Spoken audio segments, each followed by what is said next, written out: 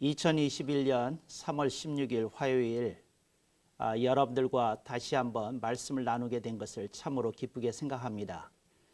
어떻게 생각하면 짧은 여정이었고 또 어떻게 생각해 보면 긴 여정이라 할 수 있는 조직신학 10강이 오늘 드디어 이제 마감을 치게 되었습니다.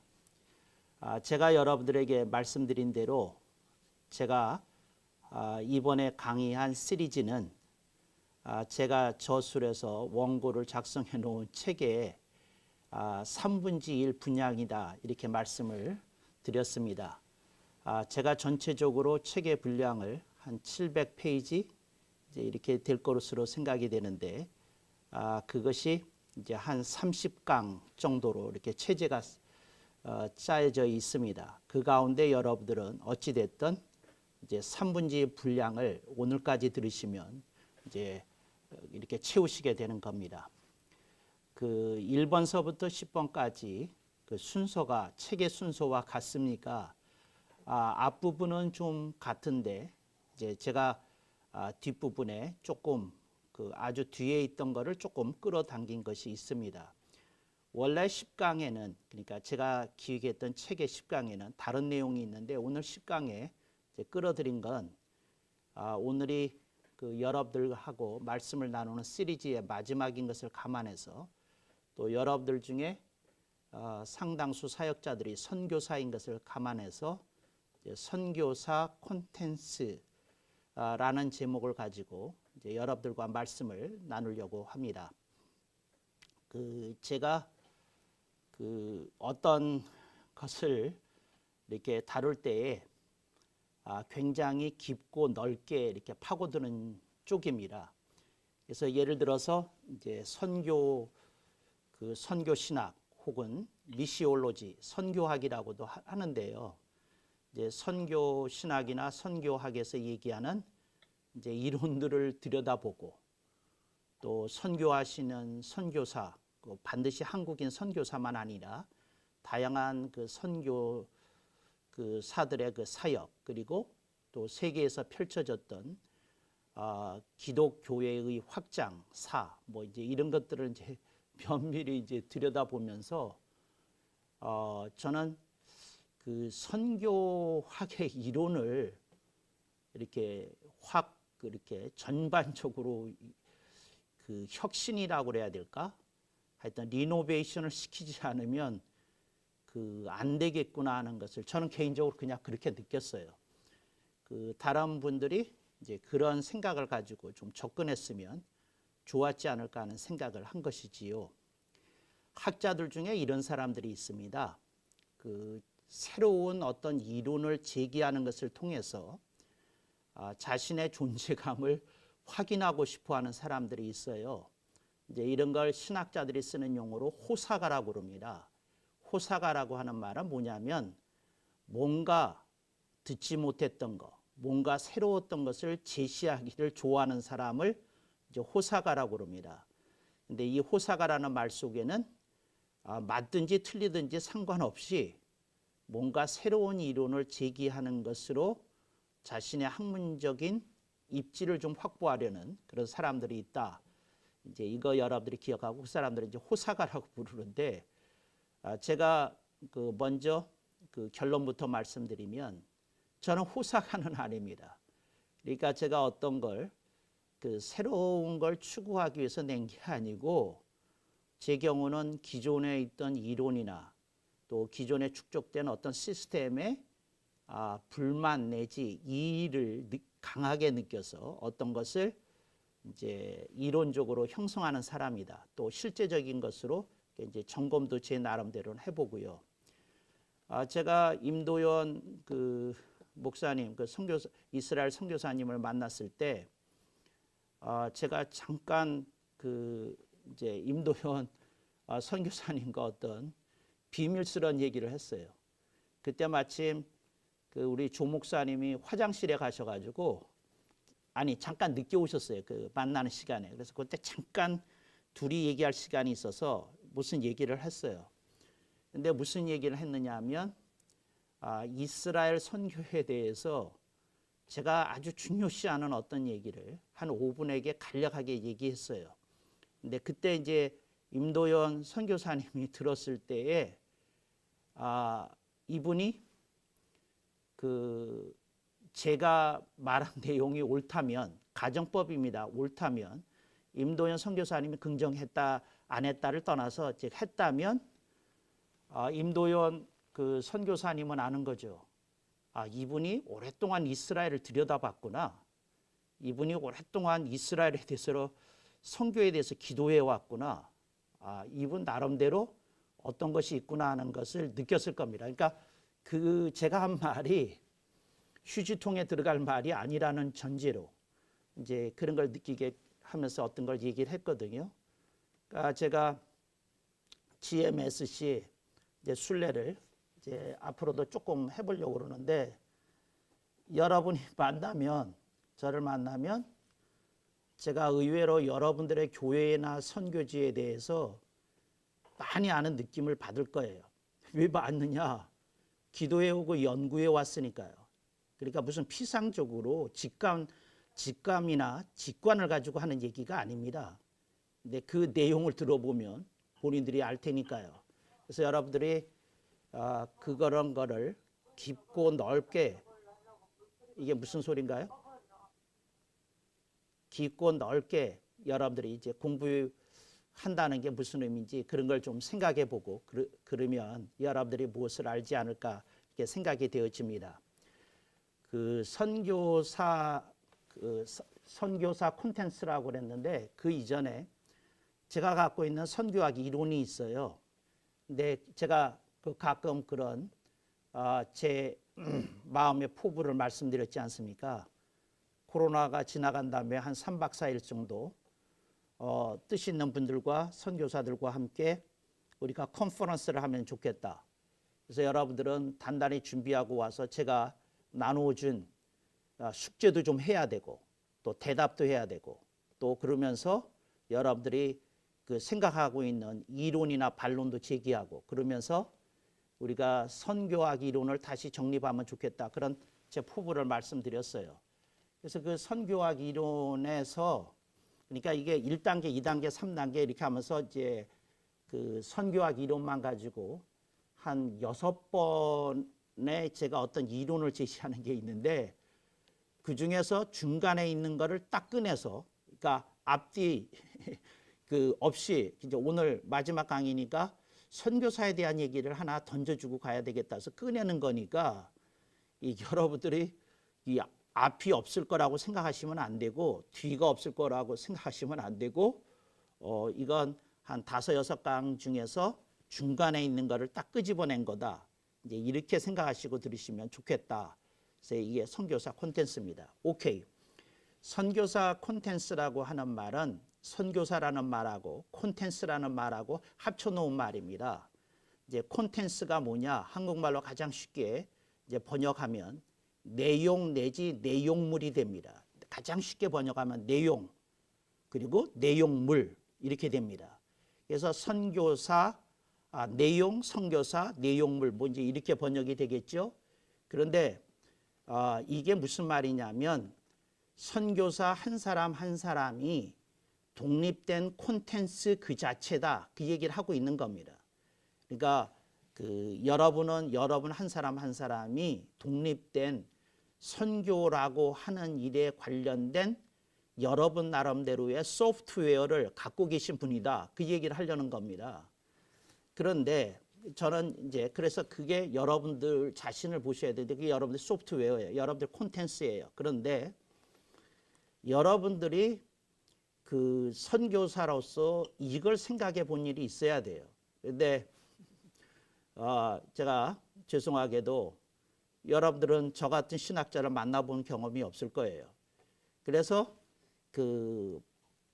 비블리칼 콘텐츠가 있다는 얘기를 못 들어봤을 거예요. 이게 무슨 말이냐면 예수님이 이 세상에서 와서 전하고 싶었던 메시지를 성경에서 끄집어낸 그 내용을 학자마다 다르게 부르는데 저는 그걸 뭐라고 부르냐면 비블리칼 콘텐츠, 성서 콘텐츠 혹은 성경 콘텐츠라고 부릅니다.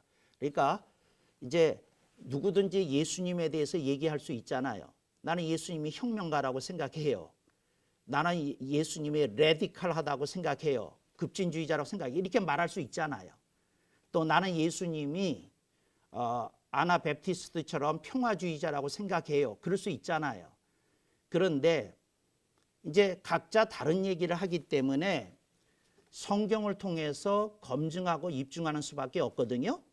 그럴 때 그러면 성경에서 말하는 것이 각 그 종파나 교파나 학파가 얘기하는 것이 입증되느냐, 이제 이르기 위해서 생겨난 개념이 비블리컬 콘텐츠, 성경 콘텐츠라는 말이에요.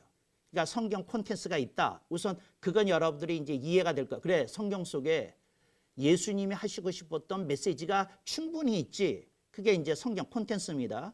그런데 여러분은 여러분 자신이 개인이고 인격체이고 사역자이고 또 독립되게 누구의 뭐 지위는 받지만 여러분이 자율적으로 사역하시잖아요. 대부분의 경우. 그러니까 여러분들은 선교사인데 여러분 한 사람 한 사람이 각자 다르기 때문에 여러분이 갖고 있는 게 미셔너리 콘텐츠예요.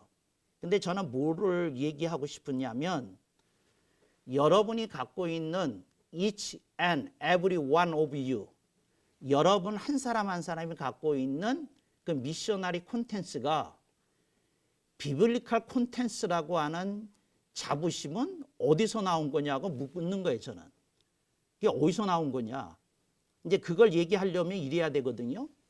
제가 이해한 성경은 이렇습니다 하는 게 나와야 돼요. 제가 이해한 성경은, 제가 이해한 예수님은 이렇습니다가 나와야 돼요. 그래서 저는 예수님을 이렇게 이해했고, 저는 예수님의 메시지를 이렇게 정리했고, 예수님의 가르침이 이거라고 생각합니다 하는 것이 제가 쓰는 용어로 spell out, A4 용지로 한 장인지 10장인지 여러분들에게 그것이 나와 있어야 돼요. 이렇게 딱 이렇게 나와 있어야 돼요. 그리고 그걸 가지고 여러분이 스펠 아웃된 그걸 가지고 사역하는 게 맞냐, 이제 저는 묻는 거죠. 근데 대부분의 사람들이 어떠냐면 이게 한 번도 성경 콘텐츠라는 것과 나 자신이 콘텐츠라는 것을 생각해 본 일이 없기 때문에 대조해 본 일이 없을 거라고 생각해요. 근데 많은 분들이 제가 강의 이렇게 하는 걸 불편하게 여겨요. 제가 이렇게 얘기하는 걸. 근데 저는 무슨 얘기를 한 게 아니고 예수님이 가르침이 성경에 있으면 그걸 비블리컬 콘텐츠라고 부르는 거다, 그 얘기했을 뿐이고, 여러분 각자가 각기 다르게 가르치니 여러분들이 미셔너리로 갖고 있는 그 자체가 미셔너리 콘텐츠다, 두 가지를 대조해 보라고 얘기했을 뿐인데 사람들이 불편해서 이제 제 강의 스타일 가지고 이제 물어 늘어지는 건데, 그거 조금 그 대소 전도가 일어나는 거예요. 그러니까 그 핵심을 보셔야 돼요. 그 여러분들에게 저는 무슨 얘기를 한 게 아니라, 그러니까 무슨 말이냐면 저는 이론을 가르치지도 않았어요. 뭐라 그러냐면 성경의 콘텐츠와 여러분 각자가 갖고 있는 콘텐츠를 대조해 보십시오 하는 말밖에 안 했거든요. 근데 이렇게 이제 대조해 보라는 말을 했을 때에 당황스러운 건 대부분의 경우 성경 콘텐츠라는 개념을 들어본 일도 없고, 성경 콘텐츠를 스펠 아웃해서 A4 용지에 10장인지 20장인지 100장인지 담아본 일이 없거든요. 이게 내가 생각하는 예수님의 가르침이고 이거 하다고 그런 게 없거든요. 그러니까 줄 몇 줄 이제 이랬거든요. 제가 아는 대부분의 목회자들은 1년에 한 번씩 목회표를 만들어요. 그래서 목회표에 의해서 1년을 끌고 가요. 그런데 근데 그런 건 있는데 이제 그 어떤 성경의 진짜 콘텐츠라는 게 뭐냐, 예수님의 콘텐츠라는 게 뭐냐, 이제 이런 걸 좀 그 여러분들이 좀 생각해 보고 그걸 내놔야 된다는 거죠. 그래서 여러분들 자신이 콘텐츠다 이제 이러는 거죠. 그래서 미셔너리 콘텐츠인데, 근데 대부분 어떠냐면 여러분이라고 하는 덩어리가 선교지에 가요. 그러니까 제가 덩어리라는 말을 쓴 건 부스러기가 아니란 뜻입니다. 나쁜 말로 쓰는 게 아니라 여러분이 경험했던 거, 여러분이 배웠던 거, 여러분들이 이렇게 간절하게 붙들었던 거, 여러분들이 좋았다고 느꼈던 거, 이제 그런 것들이 여러분 속에 이렇게 들어가 있어요. 이제 들어가 있는데 여러분들이 그 덩어리 상태로 선교지에 갔다는 거죠. 그 갔는데 제가 말씀드리는 건 뭐냐면 여러분들이 선교지에 가기 전에 혹은 선교지에 도착한 이후에 여러 가지 겪으면서 정령 과정을 거쳤는지 의문스럽다는 거죠. 자, 이제는 내가 선교사가 됐으니 내 콘텐츠가 뭔지 들여다보자. 그리고 나는 어떻게 가르치는지 보자. 그러고 그렇게 해봤냐는 거죠. 그래서 이거를 제가 1번서부터 10번까지 강의에 일관된 주제가 있다고 제가 말씀드렸어요. 근데 일관된 주제가 있다고 말씀을 드렸는데 여러분 대부분은 그거 까먹었을 것 같아요. 그러니까 제가 이걸 위해서 이 시리즈 1번서부터 10번까지 강의합니다. 그랬어요. 그런데 그걸 4글자로 설명한 거 혹시 기억나시나요? 그게 뭔지? 기억나시나요? 예? 베트남의 안종호 선교사님 기억나시나요? 그게 뭐였느냐면 제가 이번 시리즈에 하려는 건 자기 점검입니다. 그리고 제가 여러분들한테 제시하는 건 자기 점검 리스트입니다. 한 번 강의하면 자기 점검 리스트 하나 얻는 거고 2번 강의 들으면 2번. 그러니까 여러분은 10번을 들으셨으니 자기 점검 리스트 10개를 얻는 겁니다. 이렇게 말씀드렸어요. 그래서 자기 점검 리스트 얘기를 한 거예요.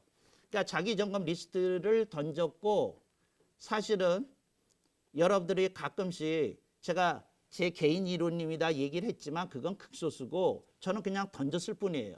그러니까 저는 정답을 아직 제시한 적도 없어요. 정답을. 이제 여러분들하고 질의응답을 할 때에 간혹 뭐가 나왔지 그 강의 속에서는 이제 주로 자기 점검 리스트에 해당이 되는 얘기를 한 거죠. 그래서 여러분들이 스스로 자기 점검을 하셔야 된다. 근데 자기 점검을 하라고 그랬을 때 제가 우선 가장 그 기본적인 거, 그러니까 여러분들을 제가 개인적으로 만나면 가령 선교지에서 컨설팅을 제가 한다고 그러면 제가 기본적으로 묻고 싶은 게 있어요. 그게 뭐냐면 제가 그냥 편의상 그 당신이라는 표현을 쓰겠습니다. 제3자를 그리고 그러니까 무슨 그 비하하는 뜻이 전혀 없고 존중하는 뜻이 담겨 있다는 걸 기억하시면 좋겠습니다. 당신이 가르치는 복음은 무엇입니까? 제가 첫 번째 질문이 이거예요. 당신이 가르치는 복음이 뭡니까? 그러니까 이걸 내가 듣고 싶어요. 그러니까 예를 들자면 옛날에 CCC에서 훈련받았던 분은 저는 사형리에 기반해서 가르칩니다. 그겁니까? 아니 그 첫 번째 관문이 뭐냐고 묻고 그 다음 이론이 뭐냐고 묻는 거예요. 그러니까 여러분들이 복음에 대해서 어떻게 그 인식하고 있고 어떻게 개념을 정리하고 있고 어떤 콘텐츠로 여러분들이 복음을 전하고 있는지 전 관심이 있어요. 그리고 저는 이거에도 관심이 있어요. 여러분이 전도지를 사용하잖아요.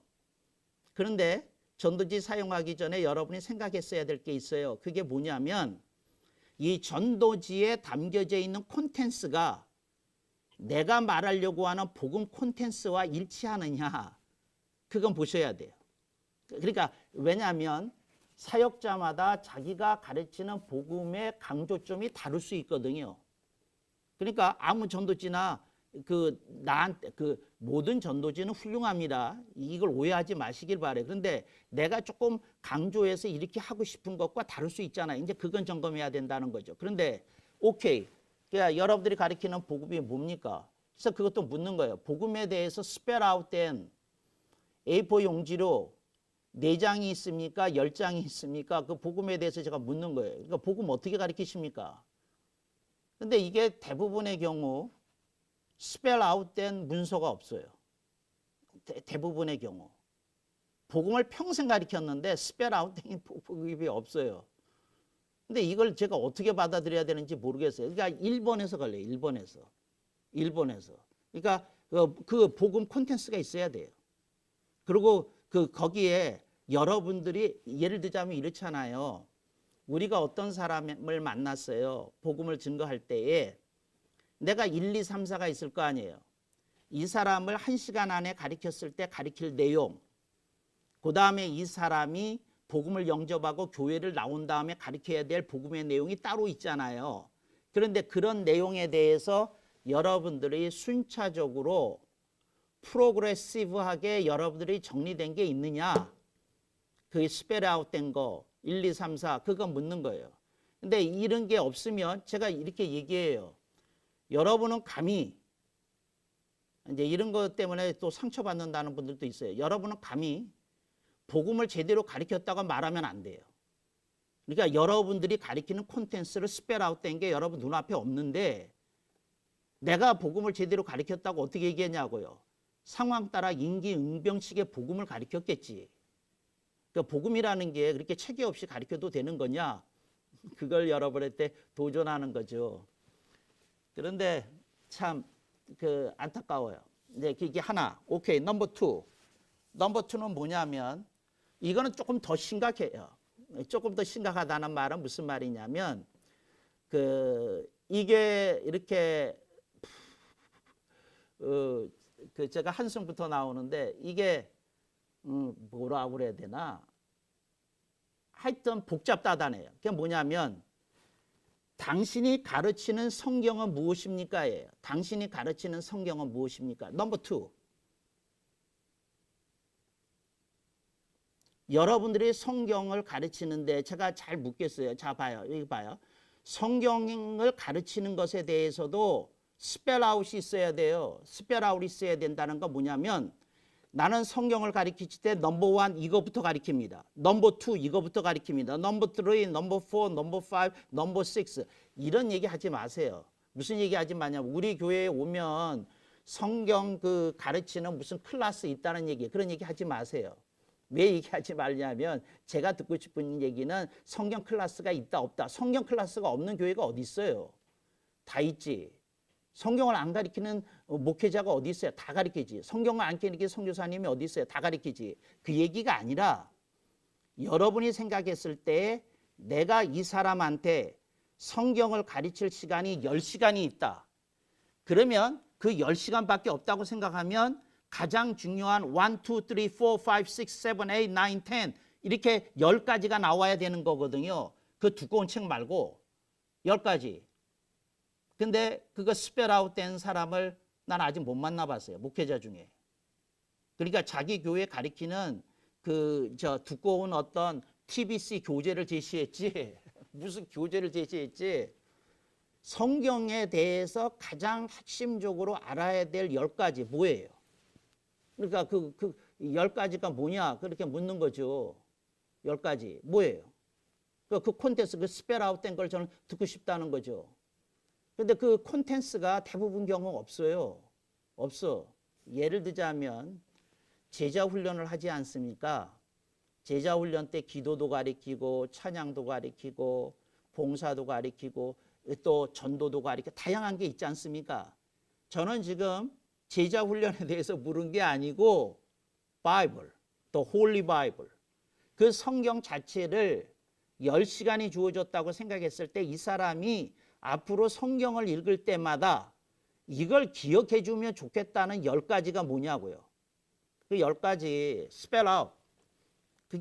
그런데 그거 10가지가 체계적으로 있는 분은 그 A4 용지에 있는 그 10장을 다 기억은 못해도 그 10가지 주제는 제가 말씀드릴 수 있겠습니다. 넘버 원 이겁니다. 넘버 투 이겁니다. 넘버 쓰리 이겁니다. 그러고 나올 거예요. 그러니까 성경에 대한 게 없어요.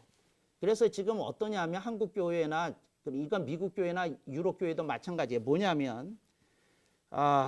뭐냐면 책을 던져요. 성도들에게.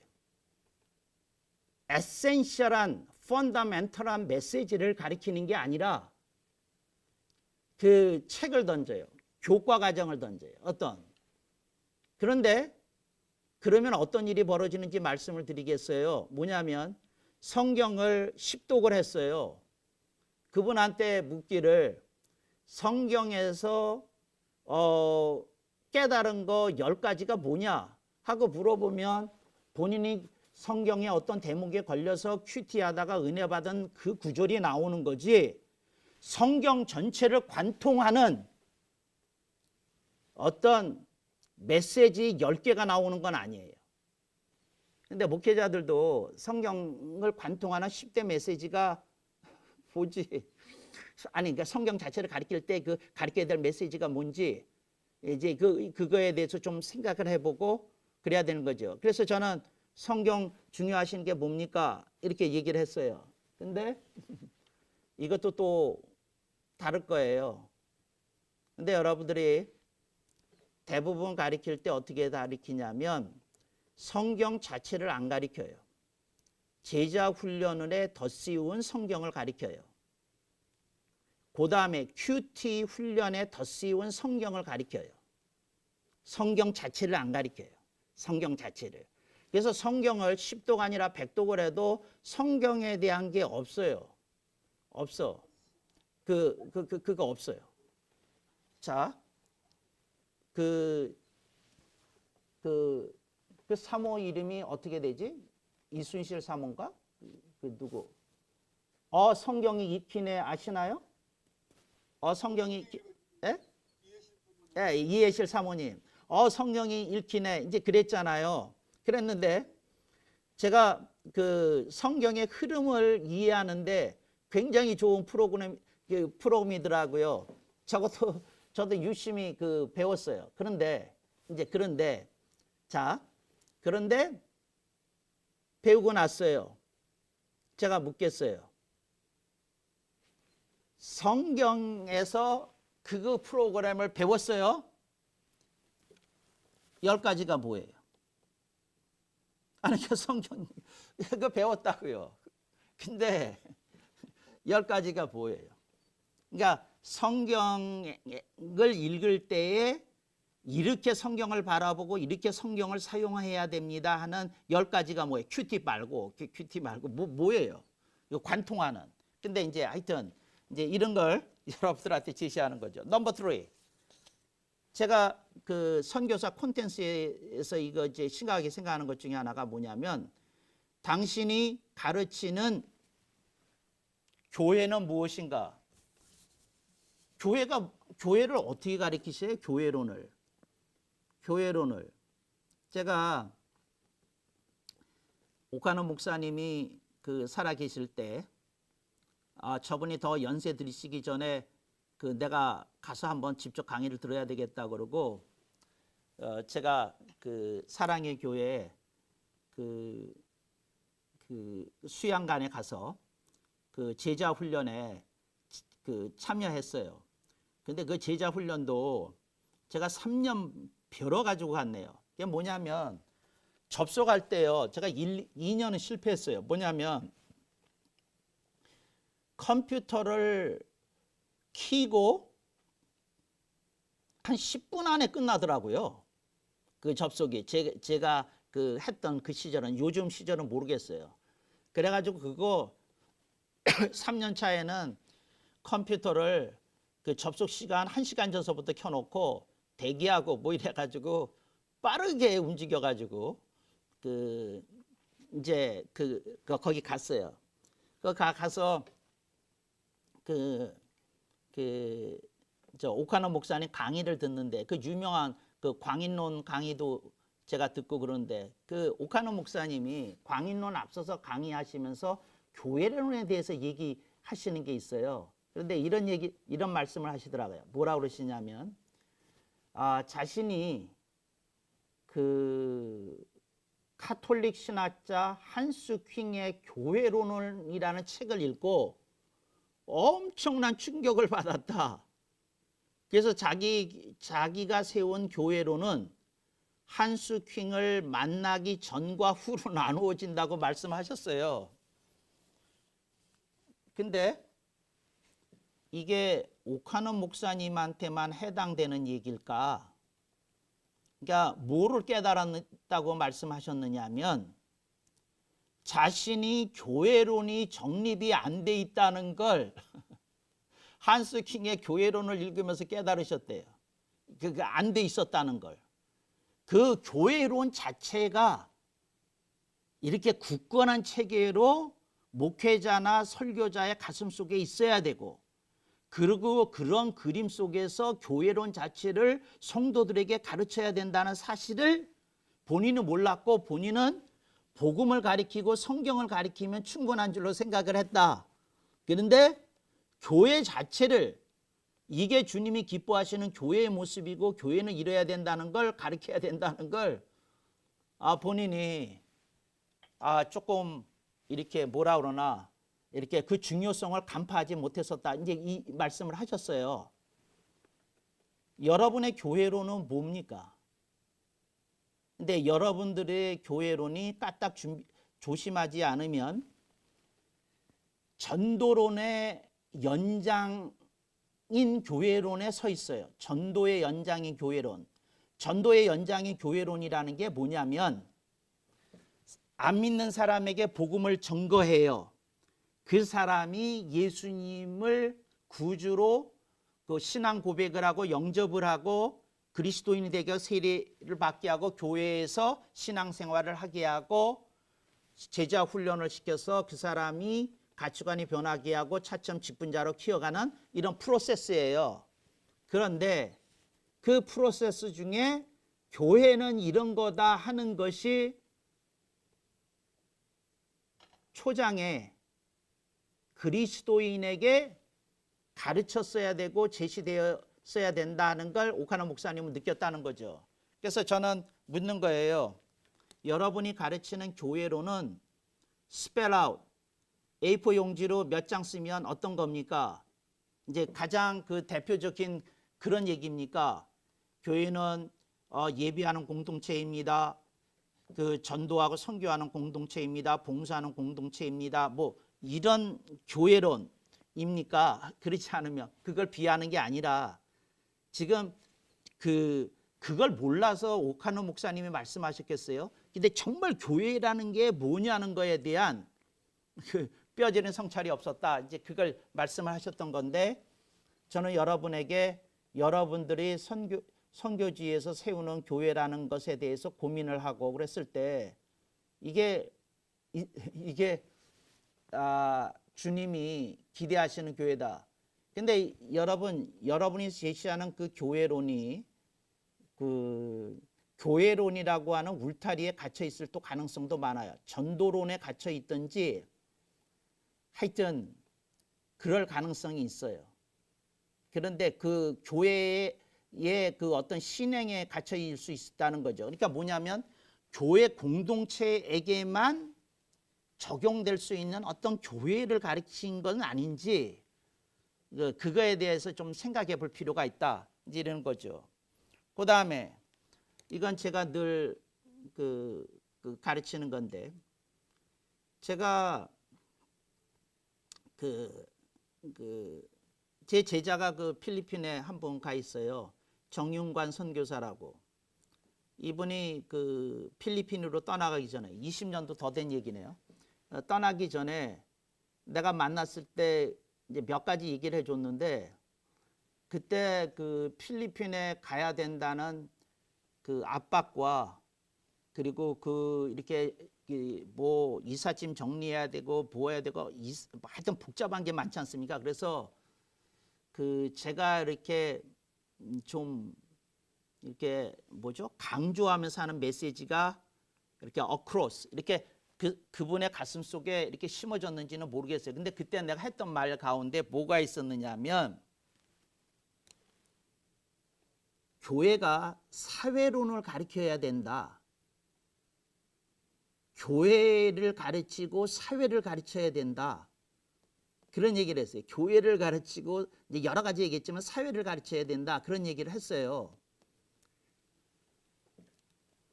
여러분들이 사회를 가르치십니까? 그러니까 그거 궁금해요.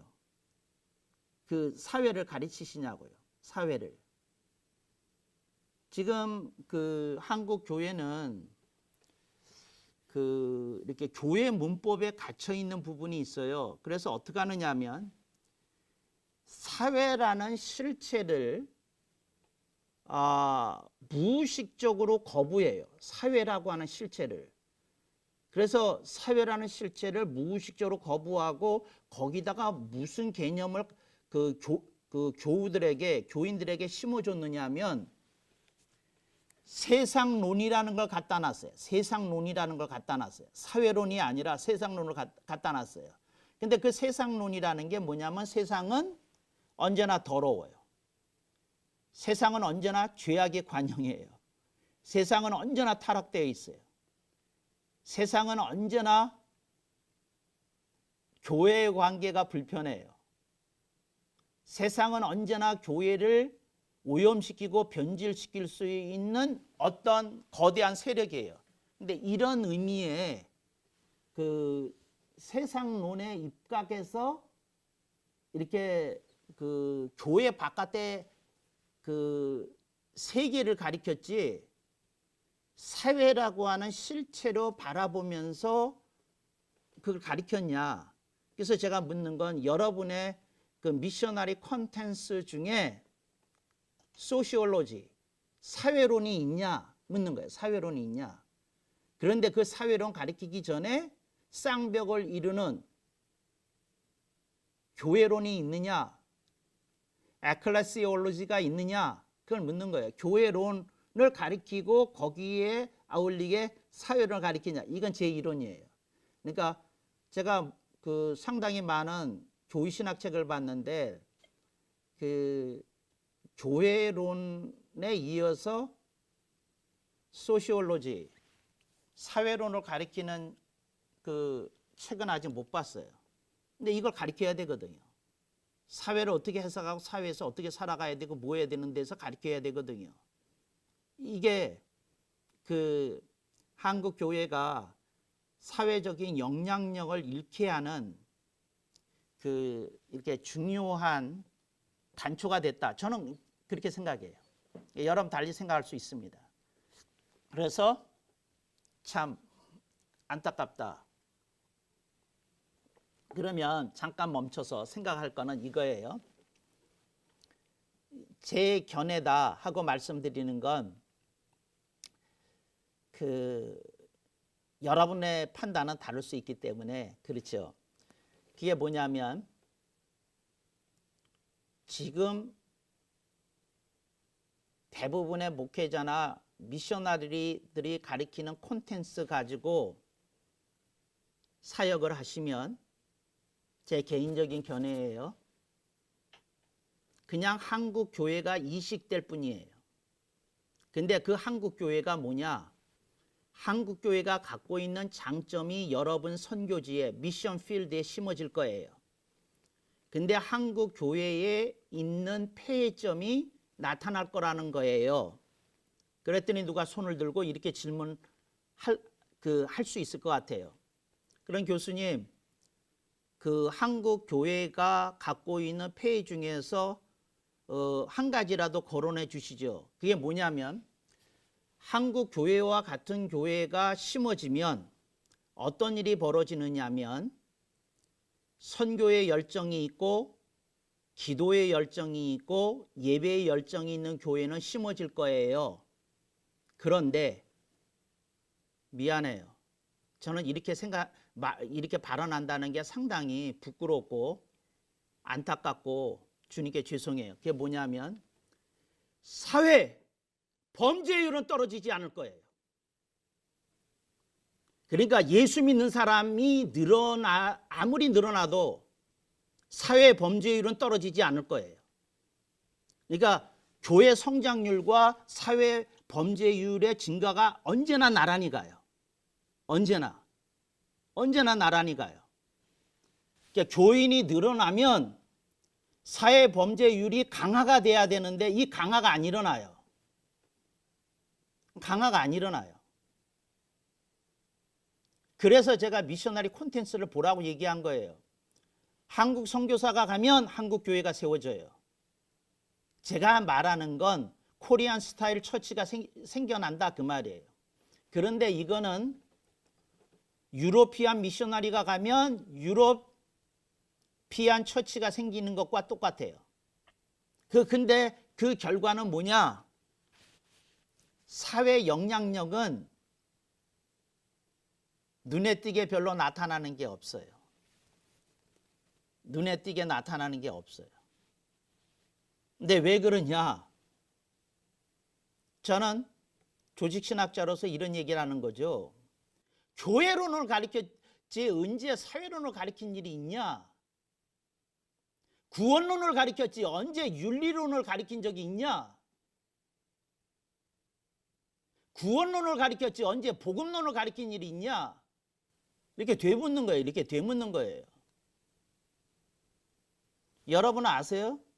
교회신학에서 혹은 한국에서는 조직신학이라고 부릅니다만 그 기독교 교리를 가르칠 때 구원론은 있는데 복음론이 한 챕터로 한 스터디로 이렇게 독립되어 있지 않은 거 아세요? 구원론은 있는데 복음론은 없어요. 교회론은 있는데 사회론은 없어요. 그리고 그러면서 성경을 가리키는데 윤리론은 없어요. 왜?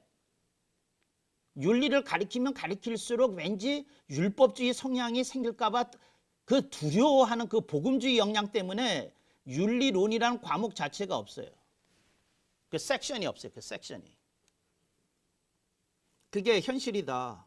여러분들의 미셔너리 콘텐츠를 여러분들이 들여다보셔야 돼요. 그래서 저는 제안하는 거죠. 무슨 제안을 하느냐. 여러분들이 여러분의 콘텐츠를 점검하고 리노베이션 해야 돼요. 혁명적 수준으로 리노베이션 해야 돼요. 제 생각엔 그래요. 그래서 뭐냐면 여기서부터 출발하면 도움이 돼요. 생각이 뭐냐면 그리스도인이 증거할수록 사회 범죄율이 떨어지게 하려고 그러면 뭘 가르쳐야 될까? 거꾸로 시작해야 돼요. 그 폐에서부터 문제점을 발견하고 거꾸로 이렇게 문제점을 가서 이쪽으로 끌어대는 식으로 여러분의 콘텐츠가 변화돼야 돼요. 그거 바꾸지 않으면 똑같은 일이 벌어질 거다. 그래요. 제가 선교지에 가서요. 이렇게 제가 필리핀도 한 번인가 두 번인가 가봤지 않습니까? 그런데 이제 그 선교사님들이 세운 그 현지인 교회 이렇게 가보면요. 한국 냄새가 나요. 기도 열정이 있고 찬양의 열정이 있고 그 한국 냄새가 나요. 근데 그거 보면서 저는 자꾸 두려움이 생기는 거 있죠. 아, 이거 어떡하냐. 이 콘텐츠가 바뀌기 전에는 똑같은 일이 벌어질 텐데. 그냥 똑같은 일이 벌어져요. 그러니까 예를 들자면 선교사님들이 현지인들을 가르치고 그리고 여러분들이 키운 선교지에 여러분의 피양육자, 여러분의 제자를 통해서 배신당한 경험이 한두 번이 아닐 거예요. 한두 번이 아닐 거예요. 한두 번이. 근데 왜 그러냐? 그런 콘텐츠를 가리킨 거예요. 그런 콘텐츠를. 이 말이 굉장히 의미심장하고 그러면서도 우려가 되는 말이 있어요. 이런 말 들어봤어요? Gospel is enough. 복음이면 충분합니다. 제가 말합니다. Not that gospel. 당신이 가르치는 가스펠 가지고는 충분하지 않을 수 있어요. 그 가스펠인데 그 가스펠 가지고는 아닐 수 있어요. 그거 가지고는 안 될 수 있어요. 그게 왜 안 됐냐? 예수님에 대한 사랑과 열정과 구원의 확신까지 가르칠 수 있지만 애프터가 없어요. 애프터가. 신앙인, 종교인으로 만드는 프로세스 말고 직분자로, 제자로 만드는 프로세스 말고 인간 자체가 바뀌는 그런 콘텐츠 없어요. 그 사람한테 맡기는 콘텐츠예요. 제가 봐요. 그 맡기는 콘텐츠라는 말의 의미가 뭐냐면 이런 거예요. 그 사람에게 성경 읽는 걸 가리키면 성경을 알아서 읽고 깨달아서 변화되겠지. 그 사람에게 기도를 가리키면 알아서 기도를 하고 그 기도 속에서 성령님의 감화를 받아서 알아서 변화가 되겠지. 그 사람에게 봉사를 가리키고 헌신을 가리키면 알아서 변화되겠지. 글쎄요, 저는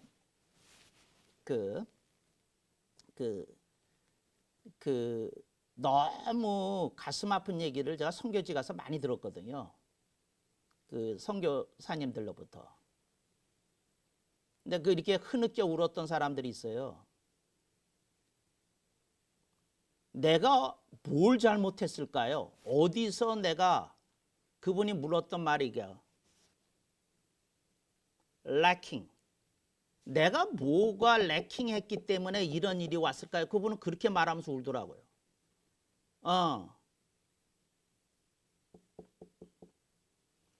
제가 거기 가서 영어로 한번 설교할 일이 있는데 그분이 이제 이렇게 고백하게 된 이유가 뭐였느냐면 something, 그 설교 제목이 이거였어요. Something was missing.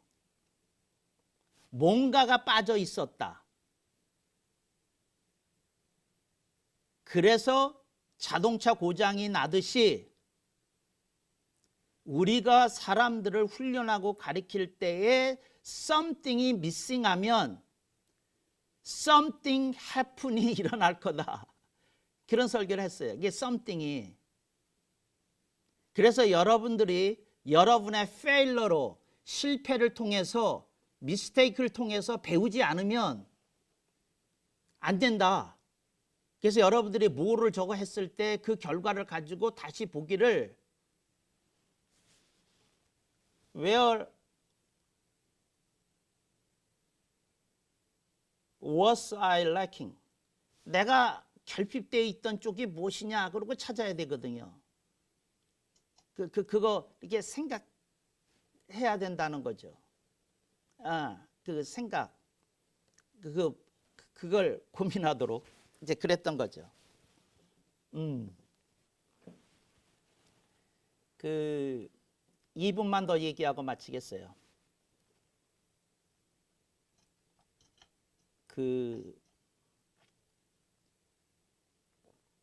이게 비판하기를 좋아하는 신학자의 얘기인지, 근데 비판하기를 좋아하는 신학자의 얘기면 여러분들이 허허하고 웃고 버리시면 됩니다. 근데 이게 핵심 내지 전곡을 찌르는 얘기인지 여러분들이 조금 검토해 보실 수 있었으면 좋겠다. 그 다음에 또 한 말씀 드리면 이제 1분이 또 남았네요. 그 뭐냐면 저는 한국 교회를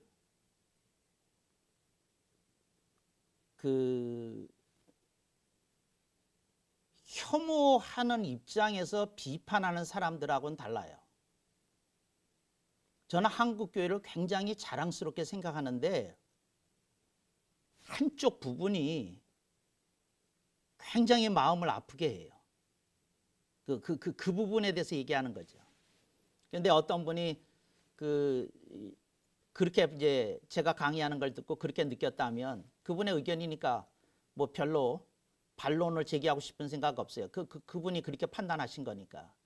근데 이게 한국 교회에 대한 애정어린 비판인지 혐오스러운 비판인지 여러분들이 보시고, 그 다음에 여러분들의 콘텐츠를 여러분들이 이렇게 잘 이렇게 점검하실 수 있는 계기가 되기를 바랍니다. 이제 시간이 돼서 저는 여기서 여러분에게 인사드리겠습니다. 여러분 감사합니다.